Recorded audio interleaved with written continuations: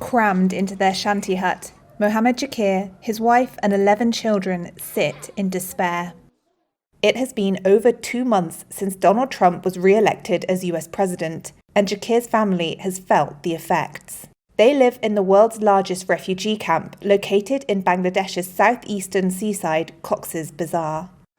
The US has been the largest provider of aid to the Rohingya refugees, contributing nearly $2.4 billion since 2017, according to a State Department website. But Trump announced in February a dramatic cut of over 90% to USAID, which provided global funding for humanitarian relief efforts. With formal work not allowed in the camps for refugees, Jakir says there's little option besides aid to provide for his family.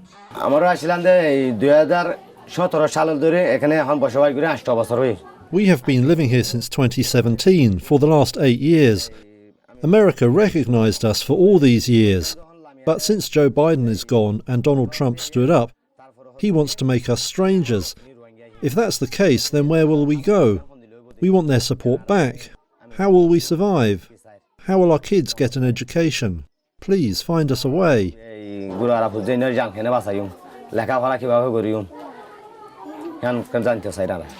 About 70,000 people from Rakhine State have crossed into Bangladesh this year, according to a Bangladesh official, partly due to hunger.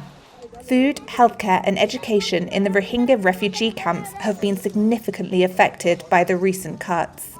This has triggered immediate concerns over food rations, which not only threaten nutritional intake but also endanger access to rice for refugees, according to aid organizations.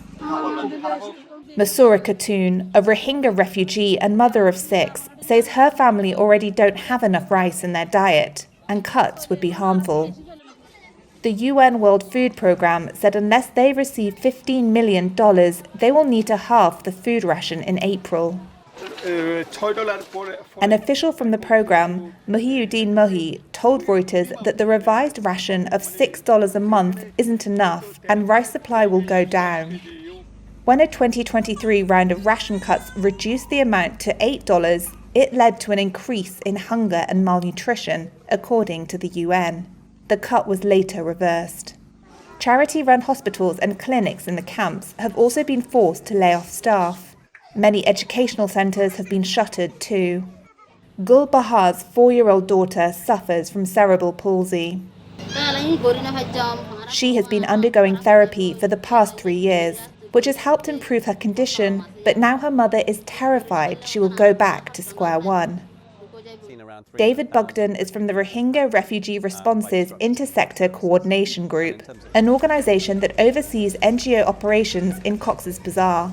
He told Reuters that they have already seen disruptions in health services and a lack of funding for essential nutrition. We need to do all that we can to increase income-generating activities for the refugees within the camps at least, so that they are not entirely dependent on humanitarian assistance. UN Secretary-General Antonio Guterres assured the refugees of his continued support during a visit to the camps earlier this month. However, he warned that cuts from the US and other major donors would worsen already dire conditions. Bangladesh's foreign ministry and the US embassy did not respond to a Reuters request for comment.